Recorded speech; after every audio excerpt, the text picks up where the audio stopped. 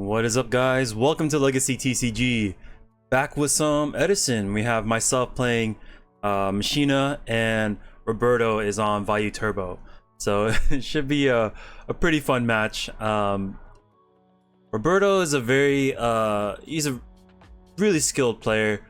He's actually one of the top 8 for season 10 that won the most but showed up the least. So he has a pretty high win percentage when he does show up. That and like when I think about him, I think about Vayu Turbo, and then his success on that deck.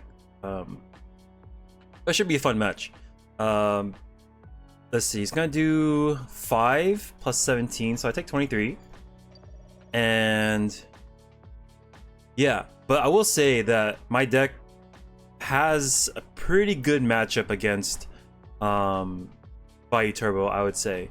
One my boss monster is bigger than theirs, and yeah, just like most of my monsters, they do a little bit more. Just they have better power spells. They have, you know, burial, return, dark arm dragon is another thing that's insane. They can play oppression. So they have power in different forms, where I have power more in the monsters. So I have to be able to fend off against those monsters. We're gonna pass over to him with his Armageddon Knight. Uh-oh. Okay, he's gonna level up first into Yugioh and run into Deep Prison. Okay, sweet. That's a quick, clean answer. Deep Prison. We're gonna set 2. Not too afraid of setting 2 with one of his own back row on the field. Don't have to be that scared of Dark Arm Heavy Storm. Bottomless will take care of that, and then just 1-1. Oh, nice. Okay. We'll go with Cyber Dragon, just because the back row could be Deep Prison or Bottomless. And I'm not really interested in losing my fortress to one of those cards. I'd rather just burn the Cyber Dragon. And I have a little bit of defense with the DD Crow, so if he does decide to go for a Plague play, then have a way to thwart it. And I have Gores now too. So with the Gores, I have extra padding against really big pushes. Gores is one of those cards too. It's like when I do have them, I feel safer on pushing because I have a backup plan. Like there's a contingency plan, so it's not as bad. Deep Prison's gonna take care of this fortress. I was actually kind of scared because had he not Deep Prison, I would have had to contact those two because he would have done it on his turn. I feel like it was a little hasty on the summit of the fortress. I think I needed to clear the Sidra first before moving anything. Oh, he could have contacted with that card trooper. He could have just like summoned it, contact, and then gone to his own Chimera tech, but he uses that as a defender. We go top deck Plague. Do we use it here? I think we do. We don't want it to land and have him Caius, and then he's just not clear my board. So the DD Crow is going to clear that. Just the one of in the deck. It comes in handy, just like you see here.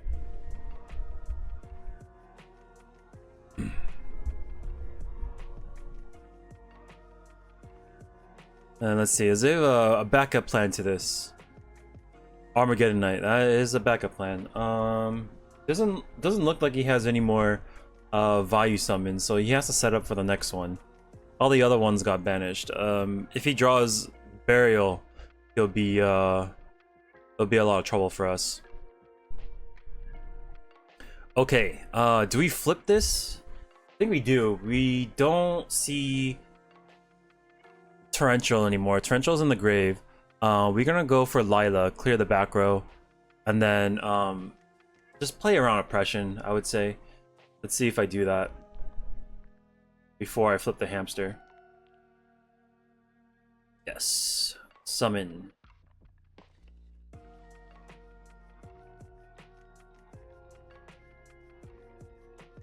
Oh, okay. He has a response. It is bottomless. And now that I see it's clear, let's go in with our hamster. And then we have enough power on board to just swing in. He's gonna necro, and now my hamster is stuck looking at Armageddon. But that's okay. It's not the end of the world. Uh-oh. This is an issue, though. Pius goes in over Raiko, swing over Cydra. I'll take 3. And now my hamster is all alone.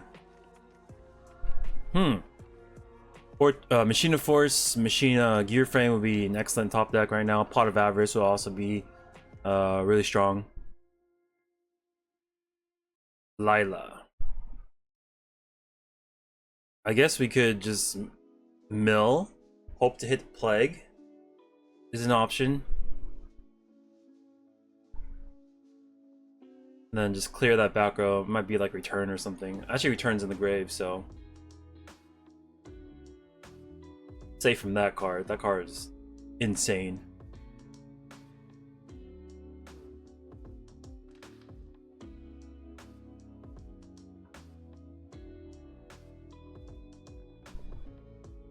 Alright, what does he got?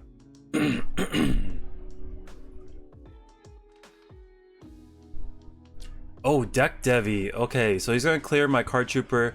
Hamster goes down. And now the next 3 turns, I will be sending my cards to the grave. The only thing with Deck Devi is there's not a lot of targets for it. Especially going into game 2 and 3. It's not a card you want to be siding. He's gonna Lure of Darkness, banish looks like Dark Arm Dragon of his own. And then set 2. Alright. A couple turns have passed. We stand up, pop this. And yeah, I had to reveal that because that was turn, I think 2 or 3. This is last turn maybe. Ooh, we can pop the other one. Normal summon Lila. Break that, and then we're clear the way for Chaos Sorcerer. Do we have enough in grave to strike him down? No, we do not, but we're in a pretty powerful position. End phase mill 3, last one. No torrential, so we can turn this guy into one of my favorite synchros in Edison, the Arcanite Magician. And it was a Mirror Force too, so I really needed it. We're gonna go into game 2. Before that, we got a side. I was testing out Imperial Iron Walls. I think they're okay. I think they're okay for like 1 game, maybe. It can catch people off guard, but like, there's Raikos, there's a lot of different ways to interact with that piece, where it's, I think other cards are stronger against Vayu, in my personal opinion. So I think game 2, I decide to side out some of my like Deep Prisons and Bottomless for the Imperial Iron Wall, so it doesn't conflict, and I can just fight with Compulses. But I don't know, those cards are really good at dealing with, you know, Arm Wings and Brio Dad, like, except for Deep Prison, but like Bottomless at least is really good. But there's not a lot of space for me to kind of move around. Like, you know, if you're putting Imperial Iron Wall, it doesn't really make sense to keep that, you know, banish stuff in there. So yeah, just something I want to try. I remember a long time ago using 3 Iron Wall. It was pretty good, but as time goes on, I think it's all right. So we're gonna get rid of 2 Bottomless, 1 Deep Prison, 1 Trap Does Shoot, and 1 Hamster going second. Put in double Iron Wall, double Kaiku, or maybe single Kaiku, and Soul Release maybe.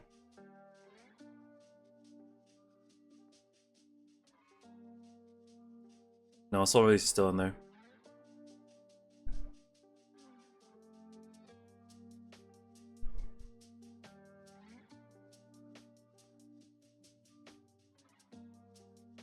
Okay, we take out Pick out Gores, put Book in. Just because Gores also conflicts with Iron Wall, so if you're relying on that.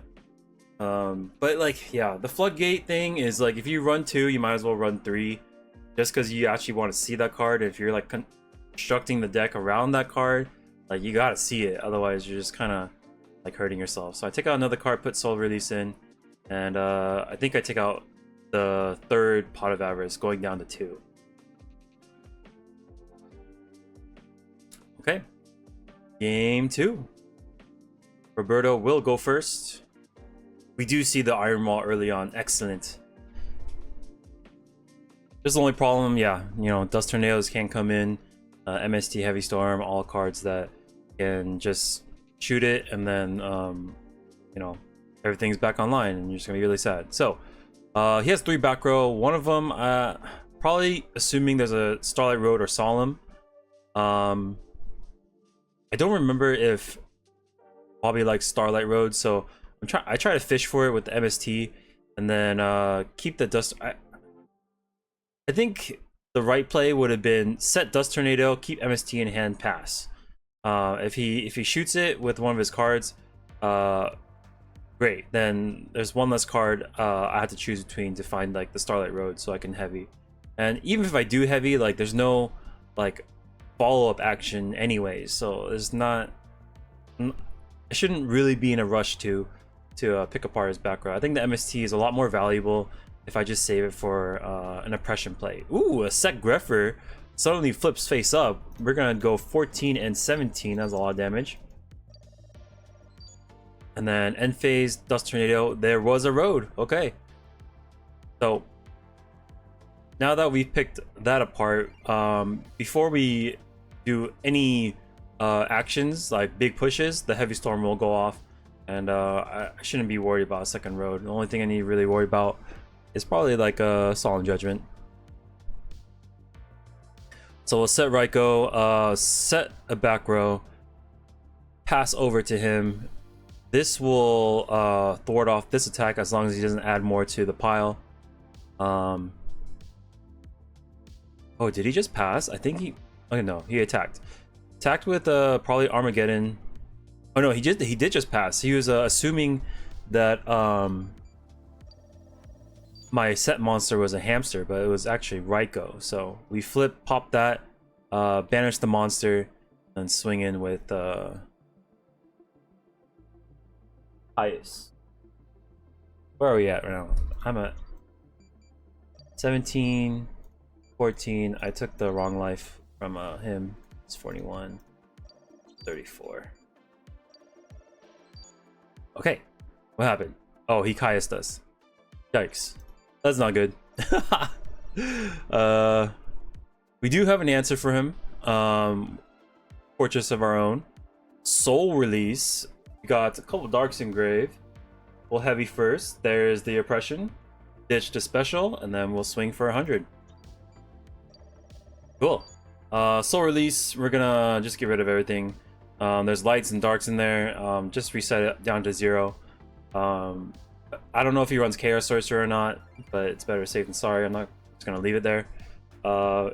Thing with Soul Release though is you do you can play into Return from the Different Dimension, so that is something you need to be worried about. But at this point, there's not much I can do, so we just gotta play with what we have. We take 300 here.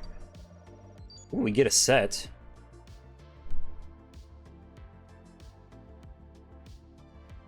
Okay, pokes. It is a plague.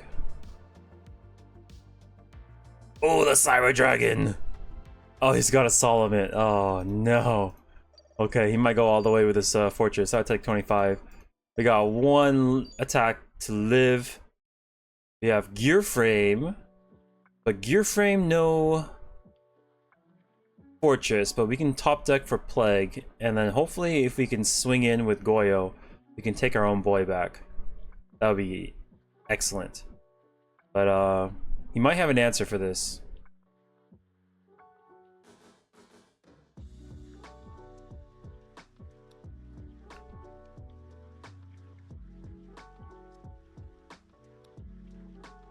Let's see what he's got. Maybe, nope, he's fine with it. Okay, we go Goyo, because we don't have a card to pitch for Fortress. And then Torrential is there. Sweet. Okay, so we do have Machina Force in the back line. No! He depresses my card. Allure of Darkness. Yugioh has the Burial. Oh my gosh. He Yu-Gi-Ohs me. Has the Dark plus draws into the Burial. That is insane. That's Yu-Gi-Oh right there. He's just like, I'm going for it. So let's see, he got game 2, so this is game 3. Game 3, I think this set I decided to take out the Iron Walls. I wasn't that impressed with it, so maybe take out the slow stuff too, like Soul Release, and then just go for a more aggressive approach. Setting up first, Hamster comes back in.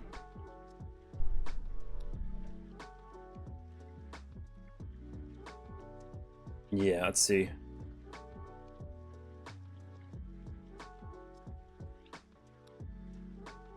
We will put Bottomless's back. Oh, there's another card I was looking at too. Soul Release? Gores. Oh, Gores. Yeah, Gores, sometimes I side it out, like, especially against Gladiator Beast, I'll side it out because they just pop it with Geyseris and Murmillo. But against Vayu Turbo, one of those decks that's very explosive, the Gores could come in handy to save your life. Let me take out a book. Go down to 1 book instead of 2, and then put double Bottomless in. Ideally, I would like to draw the Bottomlesses first. Going first, I have a good chance to do that. So, all right, this hand's pretty good. We'll start with Gear Frame, and then we have the Compulse to sit behind him if anything happens. If he sets some back row and wants to prison it, I can just launch it with the Compulse, and then we're fine. The thing I like about Compulse is if he like spaces it, I can just chain it onto my Gear Frame, then send straight up, and then essentially just don't lose anything. I mean, we lose the Compulse, but the Gear Frame is going to add the card back to our hand, so it's pretty nifty. MST. Yeah, there we go. Just like I was talking about. So Gear Frame will hop back to hand and then be able to set up my hand even further. Allure of Darkness is gonna set up for him. Allure is just a setup card. Like it draws 2 and then you banish 1. So it doesn't gain you anything. It just lets you dig further into the deck and then kind of like sculpt your hand essentially. Okay, he's gonna go in. This is 4. I believe he just swung in with 17. We'll take 17 here. Trap This Shoot's gonna take a look at the hand. I think he has to take Gear Frame here. Gear Frame is definitely the most dangerous card, the only activatable piece really. And all this other stuff is pretty good too. He has to chew through all of that. But how do we decide to set these cards? We just set Mirror Force, set something else, and pray to God that he doesn't Heavy Storm. Maybe set Compulse, set Mirror Force. That way if he does Heavy, Compulse at least hits 1. Or do we just set 1 and then let him play a guessing game? Okay, we're gonna set 2, because if we set 1, like there's a potential he can go like Stardust or something, and then our card doesn't do anything. So we pair Compulse with Mirror Force. He will set 1 to defense. Armoring jumps back to the deck and sets another monster. Sweet.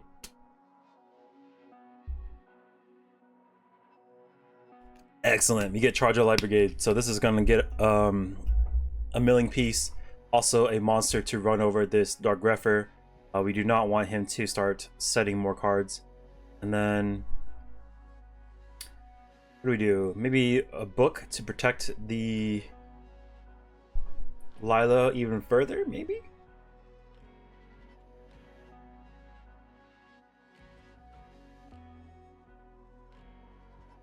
Ooh, torrential, okay. Mill's brain control and heavy storm. That's unfortunate.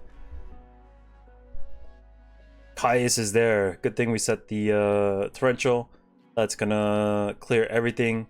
Lila will be summoned. And Mirror Force. We can protect it with this book or just let it fall. But we opt to protect it just in case we want a Caius next turn. Okay, now we got Gores too. Swing in for 17. We're fine with swinging with 17 just because Caius is in the back line. If Gores comes down, we have an answer. All right, he's gonna make it small. 850. And Mirror Force will protect her. Sweet. We're down for some more milling.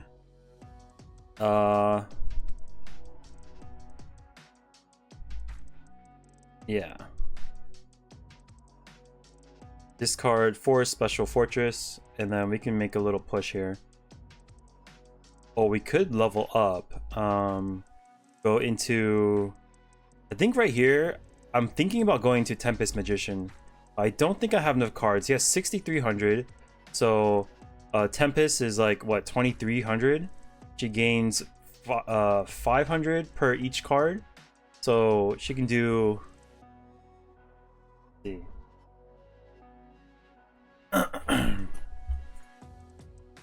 We'll calculate the math afterwards. I couldn't figure it out during this game, but I think there was a way. Let's see. Tempest Magician. I think she's at 2,200, but I guess we could just go. Oh, doesn't matter. He has the crow. All right. That didn't even matter anyway, so we couldn't even get to that step. We'll swing for 850 and then swing for 25. Sweet. He has one card left. One card to his name, drawing to another. Sets to back row. Has to set one to shroud the important one. It is Dimensional Prison. Hopefully that wasn't the important one. We'll go Caius, and then that will deal with the last back row, which is Solemn. Okay, cool. Yeah, that was a fun match. I had a lot of fun playing against Roberto. It's always a great time. But yeah, I was thinking about Tempest Magician. I had 2 cards in hand. No, wait, I had, where was I? I think I was, let's see. So I had 3 cards in hand. If I top deck, I have 2 cards in hand. Say Tempest Magician's 2,200, I'm guessing. Plus 500 because she gets a spell counter right away. So it's 27 plus 25 is 52, and he was at 63. Oh, I was 100 short. I was 100 HP short. So it wouldn't have worked out anyways. But yeah, I couldn't even get there anyways. The plague got pro'd, so I couldn't even level up. But yeah, fun match. That was really back and forth. The ending of game 2 was really funny. And yeah, if you guys like the videos, make sure to hit that subscribe button, and then I'll catch you on the next one. Peace.